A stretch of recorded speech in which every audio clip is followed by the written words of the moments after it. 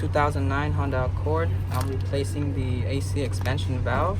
Kind of easy. There's a bolt that's holding on the AC line, but before you get started on that, release the AC pressure. Press the valve down, release all the pressure out.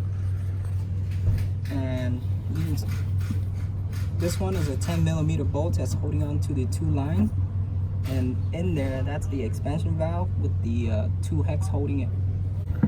So after you got the two bolts out, kind of play with it, wiggle it.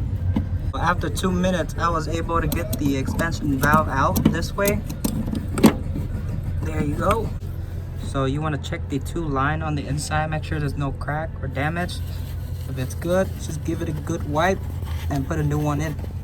Putting in the new one goes exactly like this. Push in, pop it in. After you got the two hex in, put the line back, put the 10mm bolt back, tighten it, done.